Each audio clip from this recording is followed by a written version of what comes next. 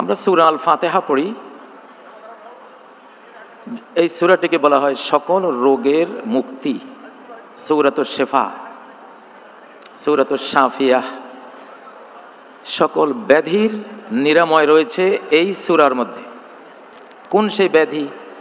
মানুষের দেহের ব্যাধি, ফিজিক্যাল ডিজিজগুলো যেগুলো আছে সেগুলো, স্পিরিচুয়াল মানুষের প্রাণের মধ্যে যে সমস্যাগুলো হয়, বিবেকের মধ্যে যে ডিজিজগুলো হয়, মানুষের পরিবারে যে ব্যাধিগুলো হয়, সমাজে যে ব্যাধিগুলো থাকে, রাষ্ট্রে যেই সমস্যা ব্যাধিগুলো থাকে, বৈশ্বিক পর্যায়ে যত ব্যাধি সমস্যা ট্র্যাজেডি থাকে, সব কিছুর নিরাময় হলো সূরা আল ফাতিহা, সূরাতুশ শিফা।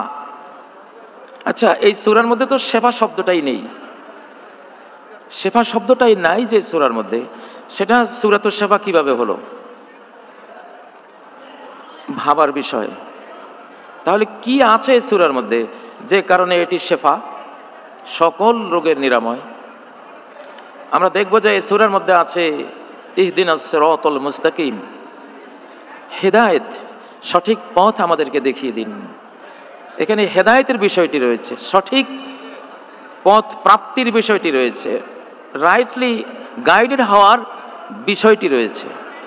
অর্থাৎ আল্লাহ বলে দিয়েছেন যে, হে আমার বান্দা বান্দিগণ, তুমি যদি আমার স্ট্রেট ওয়েতে এই সিরাতে মুস্তাকিমে আসতে পারো, তাহলে তোমার দেহের সকল ব্যাধি, মনের ব্যাধি, পরিবারের ব্যাধি, তোমার সমাজের, তোমার রাষ্ট্রের, তোমার পৃথিবীর সকল ব্যাধি এক হেদায়েত দিয়েই দূরীভূত করা সম্ভব। এখানে দুবার হেদায়েতের পথের কথা এসছে। একবার ইহদিনাস সিরাতাল মুস্তাকিম এইভাবে এসছে, দ্বিতীয়বার এসছে সিরাতাল্লাযীনা আনআমতা আলাইহিম, যাদেরকে তুমি নিয়ামত দিয়েছো, হেদায়েত দিয়েছো, তাদের পথ। দুবার কেন আসলো? অর্থাৎ আল্লাহ বললেন যে শুধু থিওরিক্যাল হেদায়েতের বই কোরআন পড়লেই তুমি হেদায়েত পাবে না। হেদায়েত প্রাপ্ত একদল কাফেলার সাথে, একটি কাফেলার সাথে তোমাকে থাকতে হবে। সিস্টেম। পৃথিবীতে হেদায়েতের চেয়ে দুরূহ কোনো কাজ নেই।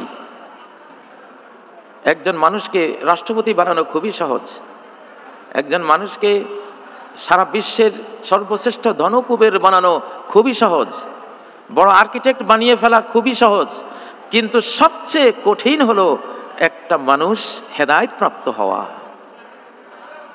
বাংলাদেশের স্বাধীনতার দিন থেকে আজ পর্যন্ত আমাদের রাষ্ট্রীয় সংবিধান দিয়ে আমরা একটা চোরকে কি ভালো করতে পেরেছি বলতে পারবো? এটা সম্ভব না।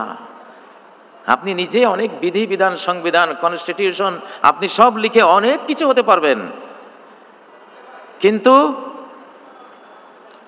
একটা লোভনীয় বস্তুর মুখোমুখি হয়ে নিজেকে ধরে রাখবেন, হেদায়েতের উপরে টিকিয়ে রাখবেন, হাজার কোটি টাকার সম্পদ হলেও আল্লাহর ভয়ে আপনি একটি পয়সা আত্মসাৎ করবেন না, এই হেদায়েতের কাজটি কোরআন ছাড়া কেউ পারে না। তো আমি যেটা বলতে চেয়েছি, বাংলাদেশে বর্তমান যেই টানাপোড়েন চলছে, আমাদেরকে একটা পথ অনুসরণ করতে হবে। সেটা হলো হেদায়েতের কিতাব কোরআন পড়তে হবে এবং এই কোরআনের ওস্তাদ মুআল্লিমদের সাথিত্ব বরণ করতে হবে, আলেমদের সাথে থাকতে হবে।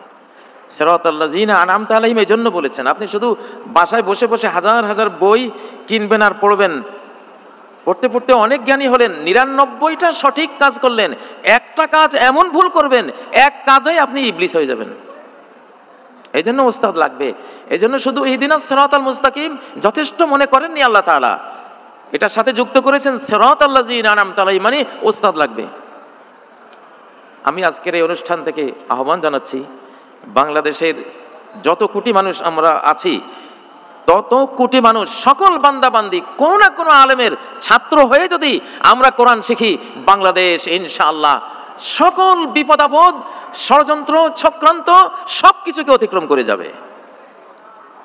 মহানবী সাল্লাল্লাহু আলাইহি সাল্লাম ছিলেন মুআল্লিম, তার সাহাবীরা ছিলেন তার ছাত্র।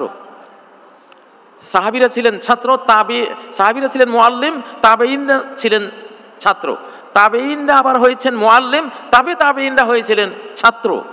এই যে ধারা, অর্থাৎ প্রত্যেক পাঠক, প্রত্যেক মুসলিমা মুমিনা কোনো না কোনো একজন আলোকিত আলেমের ছাত্র হিসেবে যদি আমরা থাকি, অর্থাৎ ইহদিনাস সিরাতাল মুস্তাকিমও বাস্তবায়ন করি, সিরাতাল্লাযিনা আনআমতা আলাইহিমও যদি বাস্তবায়ন করি, তাহলে আমরা গজব থেকে, বিভ্রান্তি থেকে আমরা বাঁচব। তা আমি আহ্বান জানাবো, আগামী বাংলাদেশকে রক্ষা করার জন্য আসুন আমরা আলেমদের পেছনে জড়ো হই। আমার একটি স্লোগান, জালিমের দিন শেষ, আলিমের বাংলাদেশ। জালিমের দিন শেষ, আলেমের 7 মহাদেশ। অতএব আলেম, তার সাথে থাকবে জনতা।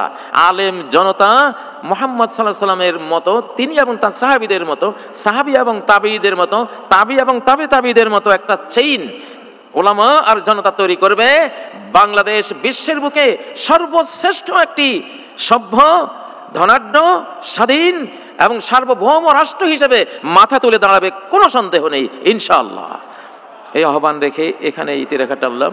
সুবহানাকাল্লাহুম্মা ওয়া বিহামদিক, আশহাদু আল্লা ইলাহা ইল্লা আনতা, আস্তাগফিরুকা ওয়া আতুবু ইলাইক। আসসালামু আলাইকুম ওয়া রাহমাতুল্লাহি ওয়া বারাকাতুহু।